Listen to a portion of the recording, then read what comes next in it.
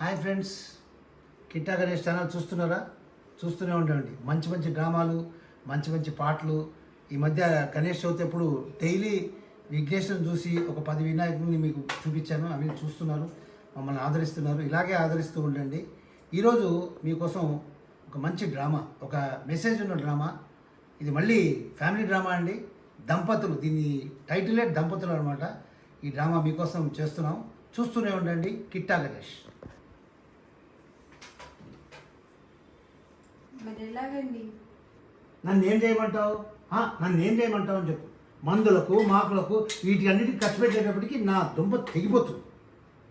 ఉట్టి మెడితో ఎలా వెళ్ళాలండి బయటికి? ఏం పర్వాలేదు, నువ్వు హాయిగా వెళ్ళు. నువ్వు వెళ్ళినా వాళ్ళు ఏమంటారు, పలానా గణేష్ వైఫ్ నగలేం పెట్టుకొని రాలేదు, వాళ్ళు అంత డబ్బు లేదు, అది ఇదే అంటారు. నాకే కదా ఇష్ట పేరు వచ్చేది. నీకేం పర్వాలేదు, నువ్వు వెళ్ళరా. మీరేమన్నారండి? ఒక సంవత్సరం ఆగండి అన్నారు. సంవత్సరం పోయింది, మళ్ళీ అర్ధ సంవత్సరం కూడా అయిపోయింది. బంగారం ధర రేటు పెరిగిపోతుంది. ఇంకా ఆగు ఆగు అంటే వయసు అయిపోయాక ఏం చేసుకుంటామండి కదా. అప్పుడైతే ఏది కొనాల్సిన అవసరమే లేదు. అప్పుడు మనం ఒక 4 లక్షలు సేవ్ చేసినట్టు అవుతాం. కొన్ని రోజులు ఓపిక పడితే ఆ వయసు ఏదో అయిపోతుంది. ఆ తర్వాత ఈ 4 లక్షలు ఖర్చే పర్లేదు. అర్థమైందా? మీరు మహా ఆదా చేస్తున్నట్టు. ఏంటి ఏంటి నేను ఆదా చేయను కదా. చూడు, బ్యాంక్ అకౌంట్ తీసుకొని చూడు, పుస్తకం చూడు, ఎంత ఆదా చేశానో నీకు తెలుస్తుంది. ఏమండి, ఒక ఐడియా అండి, జ్ఞాపకం వచ్చేసింది. ఆ బ్యాంకీలో ఉన్న అమౌంట్ తీసేసి గొలుసు చేయించుకుంటేనా? ఆహాహాహా, ఎంత మంచి ఐడియా ఇచ్చావు. ఉచిత సలహాలు ఇవ్వమంటే ఆడవాళ్ళు ముందు ఉంటారు. అదే గృహిణులు అయితే ఇంకా బ్రహ్మాండంగా ఉచిత సలహా ఇచ్చేస్తారు. బ్యాంకులో తీసి ఖర్చు పెట్టేదైతే నీతో ఎందుకు నీ మాట్లాడతాను నేను. మరి ఎట్లా అండి? ఏం చేయమంటావు చెప్పు. నువ్వు ఇంట్లో ఉంటావు, నేను ఆఫీస్కి వెళ్ళి చెమటోడ్చి ఉద్యోగం చేసి 4 రాళ్ళు సంపాదించుకొచ్చి ఒక 2 రాళ్ళు వెనకేసుకుంటే రేపు మనం రిటైర్ అయిన తర్వాత మనకి ఏ సిక్ అవుతాము, ఏదైనా బాధలు వస్తాయి, వాటి ఖర్చు కోసం సేవ్ చేస్తే ఈరోజు నగ కొనమంటావు.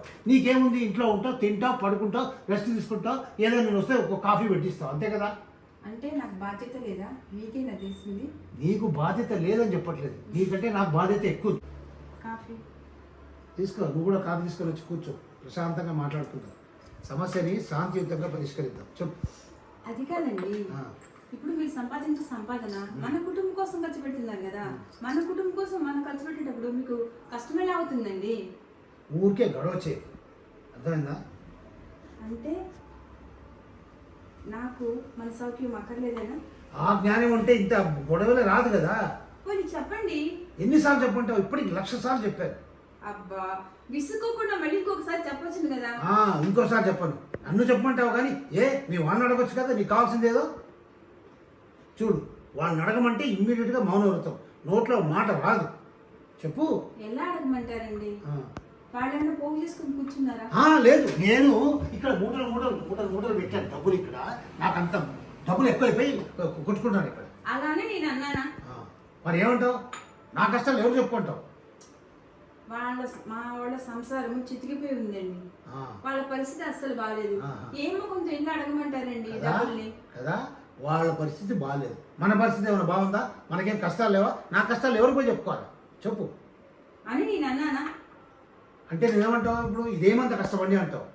మరి అంతే కదండి, మన కోసం మనం ఖర్చు పెట్టుకునేది కష్టం ఎలా అవుతుంది? మన కోసం మనం ఖర్చు పెట్టడం కాదు, ఇది అనవసరమైన ఖర్చు.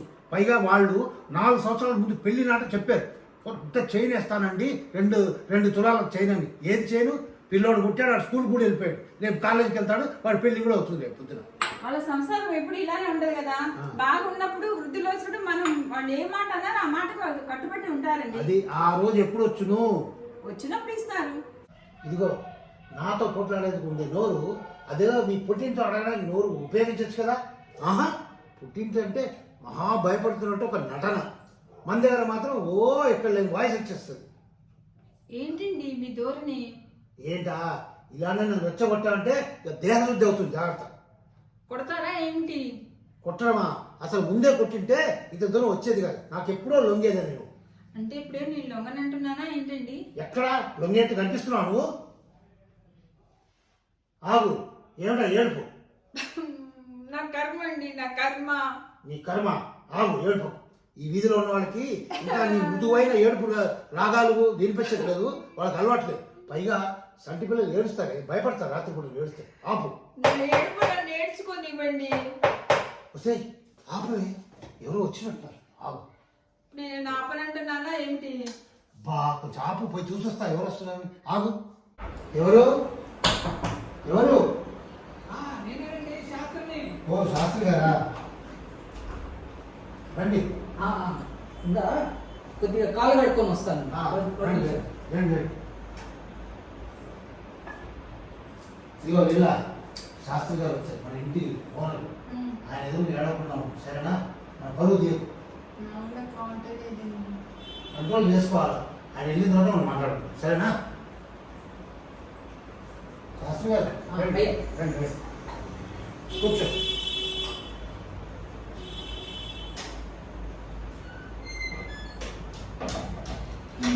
దోమలు కదండి, తలుపులు ముందు బాగా తెలిసే కష్టం అనమాట.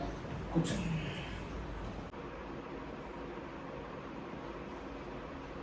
ఏమండి, ఇల్లు బాగుందా? బాగుందండి. మీరు కమర్షియల్ యాంగిల్తో రెంట్కి ఇవ్వాలనే పర్పస్లో కట్టారు కదా, అందుకనే కొంచెం బాగుంది. అదే మనం ఉండాలని కట్టుకుంటే మహదానందంగా ఉంటుంది, చాలా బ్రహ్మాండంగా ఉంటుంది.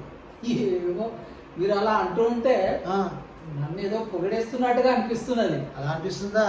అయినా కానీ ఈ ఇంట్లో లోట్లు పాట్లు, ఇంటి ఏ విధంగా బాగుంది అనేది మీకన్నా ఇంటి ఆడవాళ్ళకే ఎక్కువగా దీని మీద అవగాహన ఉంటుంది ప్రకాష్ గారు. కాబట్టి అమ్మా, ఇల్లు ఎలా ఉందమ్మా? వారు చెప్పింది కూడా నిజమే కదండి బాబాయ్ గారు. ఏంటోనమ్మా, ఏంటి ఏదో బాధలో ఉన్నట్టు అనిపిస్తున్నావు?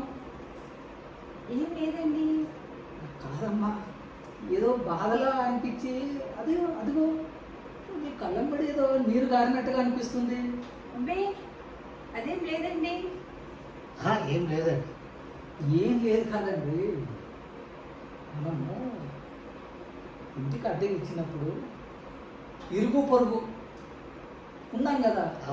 ఇంటి వారికి మన చిన్ననాటి నుంచి ఉన్నటువంటి స్నేహితులే కానీ, మన బంధువులే కానీ, ఒకరి కష్టాలలో మనము ఒకరికొకరుగా అండగా ఉండాలి. నీ కష్టంలో నేను, నా కష్టంలో నువ్వు సానుభూతి తెలుపుకోవడమే ఒక ధర్మం. ఇది ధర్మమే కదా. అవును, బాగా చెప్పారు. మీరు చాలా దయగలవారు బాబాయ్ గారు.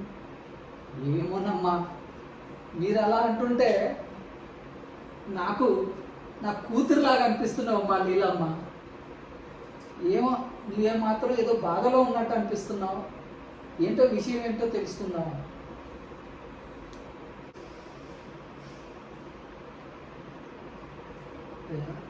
నన్ను ఇంకా అనుమానిస్తున్నారు కదా. మీ ఇద్దరి మధ్యలో ఏం జరిగిందో అంతా నాకు తెలుసు. నేను అంతా వింటూనే ఉన్నాను. అయినా మీ ఇద్దరి కన్నా వయసులో పెద్దవాడిని, అవునండి. అనుభవంలో కూడా అంతో మీకన్నా పెద్దవాడిని. అవును. నేను ఒక విషయం చెప్పాలనుకుంటున్నాను. ఎందుకంటే మీ ఇంట్లో జరిగే గొడవలు కానీ అన్నీ వింటూనే ఉన్నాను. పెద్దవానికి ఒక సలహా చెప్పాలంటే, అన్యోన్యంగా భార్య భర్తలు ఇద్దరు ఒకటిగా బతకాలనేదే నా కోరిక. అయినా కానీ నా విషయంలో ఏం జరిగిందో మీకు ఏమైనా తెలుసా? తెలియదండి. తెలియదు కదా. తెలియదు. నాకు ఒక భార్య ఉండేది. ఒక 20 సంవత్సరాల క్రితం నేను నా భార్య ఎంతో అన్యోన్యంగా మంచిగా కాపురం చేసుకునేవాళ్ళం. కానీ మగవాణ్ణి కదా, నా అహంకారంతో నా భార్యను ఎప్పుడూ సాధించేవాడిని. ఎందుకంటే డబ్బులు సంపాదించేది నేనే కదమ్మా. నేను చెప్పినట్టుగా ఉండాలని భోజనం దగ్గర, నగల దగ్గర, చీరల దగ్గర ప్రతి దానికి మాట ప్రతి మాట పాపం పిచ్చి. ఏనాడు ఒకనాడు పల్లెత్తు మాట అనేది కాదు. ఎంతో అయినా కానీ డబ్బుకు తక్కువే కానీ ఇద్దింటికి పిల్ల. చాలా పెద్ద కుటుంబం నుంచి వచ్చినటువంటి నా భార్య నేను పెట్టే ప్రతి బాధకు తన లోపటే తన విసుక్కుంటూ లోపలనే అణుచుకునేది. కానీ ఒక్కనాడు నాకు ఎదురుగా మాట్లాడి ఏంటి నువ్వు అని అనేది కాదు, కేవలం నా మగవాళ్ళం కదా, ఆ మగవాళ్ళ ఆ యొక్క అహంభావంతో ప్రతిసారి నేను ఆవిడను అనగదొక్కి ఎంతసేపు అయిన పాపం ఆమె కూడా అంచుకుంటుంది తనలోని కోరికలను నాకు చేసుకోవడానికి. చూసి ఒకరోజు మా భార్య ఏం చేసిందో తెలుసా? ఏం చేసిందండి? ఏం చేసిందంటే ఏం చెప్పాలి, నాకు మాట్లాడడానికి లేకుండా నా ఆత్మకు పరలోకానికి ఏ విధమైనట్టుగా అంత దూరానికి పోయే కార్యక్రమం చేపట్టింది. ఇక ఆవిడ దూరం అయిపోయింది నాకు. అంటే ఏం చెప్పను, ఆత్మహత్య చేసుకుందండి. ఆత్మహత్య చేసుకుందా? అవును. అప్పటి నుంచి ఇదే రాకుండా ప్రతి వాళ్ళకి అమ్మా గొడవలు పడద్దు, అన్యోన్యంగా దంపతులుగా ఉంటూ ఒకరి కష్టాలు ఒకరు ఉంటూ తోడు నీడగా భార్య భర్తగా ఉండాలనేసి ప్రతి వాళ్ళను చేసుకుంటూ, నాకు ఎవరు బంధువులు లేరండి. ఇలాంటి మీ లాంటిగా ఈ స్నేహితులంతా వీళ్ళే నా బంధువులు అనుకుంటాను, వీళ్ళే నా చుట్టాలు అనుకుంటాను, వీళ్ళే నా పిల్లలు అనుకుంటాను. అందరిని కలిసిపోయి ఉంటూ నా భార్య తలుసుకుంటూ నేను బాధపడ్డ స్కీమ్ లేకుండా ఉండాలి. అందుకోసం మీరు కూడా ఏ విధమైనటువంటి గొడవలు లేకుండా ఉండాలని నా ఆశ.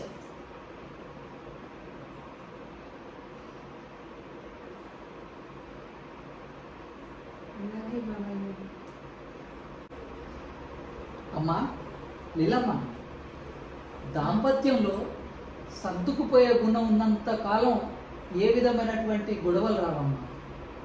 సర్దుకుపోలేకనే నాదే మీకు ఇందాక చెప్పాను కదా, నా కథే మీకు ఒక ఉదాహరణ. కాబట్టి మీరు దాంపత్యంలో ఒకరికొకరు ప్రతి విషయంలో, ఆయన కోపం వచ్చినప్పుడు నువ్వు, నీ కోపం వచ్చినప్పుడు ఆయన, ఇద్దరు అన్యోన్యంగా దాంపత్యం చేసుకుంటూ మీ కాపురాన్ని ముందుకు తీసుకుపోవాలని ఉందమ్మా.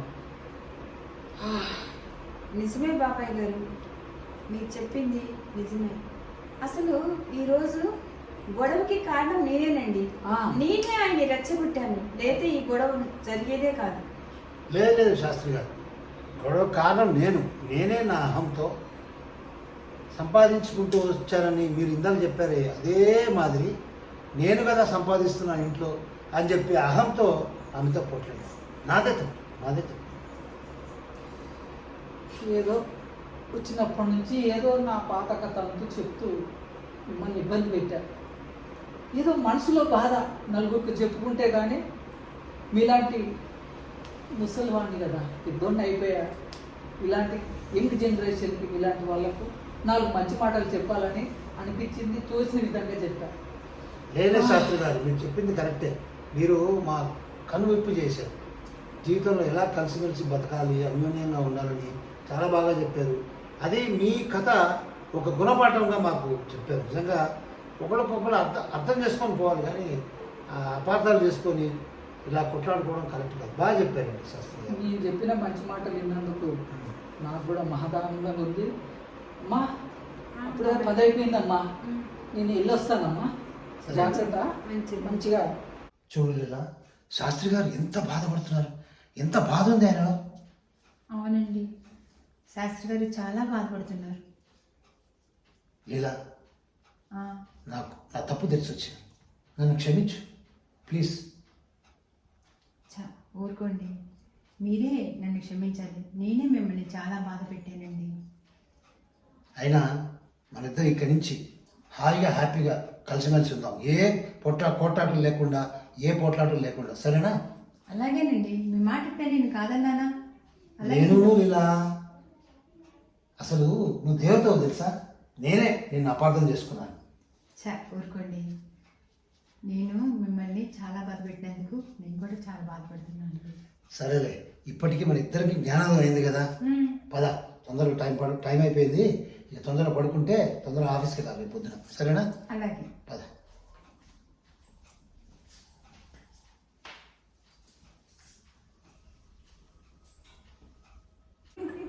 ఎలా? ఏమైంది అంతగా నవ్వుతున్నావు? నేను నిన్ను నవ్విపించేలా ఏమైనా చేశాను ఈరోజు? ఎందుకు అంతగా నవ్వుతున్నావు? ఉండండి, నేను చెప్తాను, ముందు కూర్చోండి. నేను కూర్చోలేదు, నువ్వు ఎందుకు నవ్వుతున్నావు చెప్పు, నాకు ఆ విషయం తెలియాలి. శాస్త్రి గారు మనల్ని మోసం చేశారండి. శాస్త్రి గారు మనల్ని మోసం చేశారా? చూడు, శాస్త్రి గారు తన కన్న బిడ్డలా మనం చూసుకుంటారు, ఆయన మనల్ని మోసం చేయడం ఏంటి?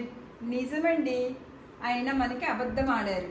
లేదు లేదు, నేను నమ్మను. ఆయన మనల్ని మోసం చేయరు, అబద్ధం ఆడలేరు. ఏమైంది చెప్పు. నేను రుజువు చేయనా? చెయ్యి. 2 నెలల క్రితము శాస్త్రి గారి భార్య అవును. ఆత్మహత్య చేసుకుంది కదా, అవును. ఆమె తిరిగి వచ్చిందండి. ఏంటి, శాస్త్రి గారి భార్య ఆత్మహత్య చేసుకున్నావిడ తిరిగి వచ్చిందా? ఆ, కళలో మనకు అంటున్నావా? ఏమైనా కథలు ఏమైనా రాస్తున్నావా? నేనేం కలల గంటలా కథలు చెప్పట్లేదండి. ఆ. నిన్న ఆమెను కళ్ళారా చూశాను, ఆమెతో మాట్లాడాను. నిజమా? నిజమేనండి, ఆమె నిన్నే మార్నింగ్ పుట్టింటి నుంచి ఇంటికి వచ్చిందంట. మరి శాస్త్రి గారు అలా చెప్పారేంటబ్బా? అదే శాస్త్రి గారు అలా చెప్పారే, ఆ. కానీ ఆమె అంత మంచిదని. ఆమె పేరు అన్నపూర్ణ. ఓహో. ఆమె నన్ను ఎంతగా ఆదరించిందో తెలుసా? ఆహా. ఆ, అది సంగతి. ఇదా నీ నవ్వు కారణం. అయితే ఇప్పుడు నువ్వు నేను నవ్వుతా. ఆ బతికిరావడం ఏంటో. ఎవరు? రండి రండి రండి బాబాయ్ గారు, ఇవేదో వచ్చారండి. రండి. ఏదో నవ్వుతున్నారు. ఏదో కాలక్షేపం ఏం లేదండి. చెప్పండి బాబాయ్ గారు, ఏంటి విశేషాలు? ఏం లేదు, రేపు మీ దంపతులు ఇద్దరు ఆ. మా ఇంటికి భోజనానికి రావాలని పిలవడానికని వచ్చాం. విశేషం ఏంటండి? అదే లేదమ్మా, ఆ. మీ పిన్ని మళ్ళీ బతికొచ్చింది. ఓహో, మళ్ళీ బతికొచ్చిందా? ఏంటండి నేను మళ్ళీ బతికి రావడం ఏంటి? మీరు భలే చేస్తారే. నేను చెప్తాను పిన్ని గారు. అయితే బాబాయ్ గారు పోయిన వారు మళ్ళీ బతికొస్తారంటండి. అదే కదా. ఓరి నా పిచ్చి తల్లి, బతికి రాకపోవడానికి ఏముందమ్మా, ఆనాడు సావిత్రి తన భర్త కోసం ప్రాణాలు వదిలికి భర్తను తీసుకోవడానికి యమధర్మరాజుతోటే పోరాడి తీసుకొచ్చింది. నేను శ్రీరామచంద్రుడు ఏకపత్ని అలాంటి నేను నీ పిన్నిని తీసుకురాలేనమ్మా, బతికించుకోలేనా? ఏం కథ రాసావు బాబాయ్? అసలు కథ రాయాలంటే నువ్వే రాయాలి. ఏంటంటే నాకేం కథలు రావయ్యా. నిజమేనండి బాబాయ్ గారు, మీ కథ విన్నాక ఎప్పుడు ఇసురు కొట్టే ఆ మనిషి ఆ. నా మీద ఎంతో ప్రేమగా గౌరవంగా చూసుకుంటున్నారా? చూసుకుంటున్నాను. చాలా ఓ, చాలా. మీరేమో ఇద్దరిని చూస్తే సంతోషం అనిపిస్తుంది, హాయిగా నవ్వుతూ ఉండడం. బాబాయ్ గారు, ఒక్క విషయం మాత్రం జరిగిందండి. మీ కథ విన్నాక మా లీలలో ఉండే గయ్యలతనం పోయిందండి. ఎంతో హాయిగా నవ్వుతూ హాయిగా హ్యాపీగా ఉన్నామండి ఇప్పుడు. అదే నాయన నాకు కూడా కావాల్సింది. ఈ ముసల్తనంలో ఇంతకంటే కావాల్సింది ఏంటి? నీవు ఇంకా ఇంతకన్నా బోధించాల్సింది ఏం లేదు. అవును బాబాయ్. అదేంటండి నాకు అర్థమైతలేదు, ఏం జరిగింది అసలు? ఏం జరిగింది ఎట్లేదే. పిన్ని గారు, మీరు మళ్ళీ బతికొచ్చారండి. నేను బతికి రావడం ఏంటండి? కాదే, వీళ్ళిద్దరు పోట్లాడుతుంటుంటే నేను ఒక చిన్న కథ చెప్పాలే వీళ్ళకి. ఆ కథలో మనిద్దరం చాలా పోట్లాడుకునే వాళ్ళము. ఆ పోట్లాటలో నువ్వు విసిగి వేసాగి నాతో బాగా ఇది ఎక్కడ పాపం అండి? మనం ఎప్పుడు పోట్లాడుకున్నామండి? అదే. చెప్తే వినరు. అదేలే. అసలు మిమ్మల్ని విసుకోవడం ఏంటి, నేను పోట్లాడడం ఏంటి, ఏంటి ఈ కథ? అది నిజమా? కానీ నేను అలా చెప్పా వీళ్ళకు. చెప్పి నువ్వు విసిగి వేసాడి నాతో పడలేక ఆత్మహత్య చేసుకున్నావు అని చెప్పా. చూసావా అమ్మా, మీ బాబాయ్ గారు ఎలా చేస్తున్నారు? ఈ అదే. కథలేంటి, నేను సావడం ఏంటి, బతకడం ఏంటి? ఓ, చెప్పండి. లేదే, ఆ కథలో నువ్వు చనిపోయావే, అది అందుకోసమనే అంటే చెప్పండి పిన్ని గారికి. నేను నా కథలో నేనే నిన్ను చంపా, ఆ, మళ్ళీ నేనే నిన్ను బతికించుకున్నా. వా. ఎందుకు బాధ? ఎంత సృష్టి కట్టండి మా బాబాయ్ గారు. బతికేయడం ఏంటి, ఏంటో ఈ కథలేంటో మీ బాబాయ్ గారు అర్థమే కాదమ్మా నాకు. అయితే బాబాయ్ గారు చెప్పింది ఏది నమ్మొద్దు అనమాట. బాబాయ్ గారు చాలా బాగా కథలు ఆడతారు, బాగా కథలు అల్లుతారు కూడా పిన్ని గారు. అవును లీలా, ఇప్పుడు రేపు వీళ్ళు భోజనాన్ని రమ్మన్నారు, అది కూడా నమ్మాలా నమ్మకూడదా? చూస్తారా మీ కథల వల్ల వాళ్ళు మనం పిలిచినా నమ్మట్లేదు. అది సంగతి. నిజమేనమ్మా, నన్ను నమ్మండి, రేపు భోజనాలకు రండి. ఇంతకీ రేపు భోజనాలు పెడతాం, ఏంటి విశేషం? మా అబ్బాయి రేపు ఎంఏ చేసి వస్తున్నారండి, అందుకే పిలుస్తున్నాం భోజనానికి రండమ్మా. ఓహో. బాబాయ్ గారు అమ్మా, మీ కథలో బాబు ఏం లేడు కదా, ఎక్కడ వచ్చింది కొత్తగా ఇప్పుడు బాబు గారి? అది సంగతి, అడుగు బాగా చెప్పండి.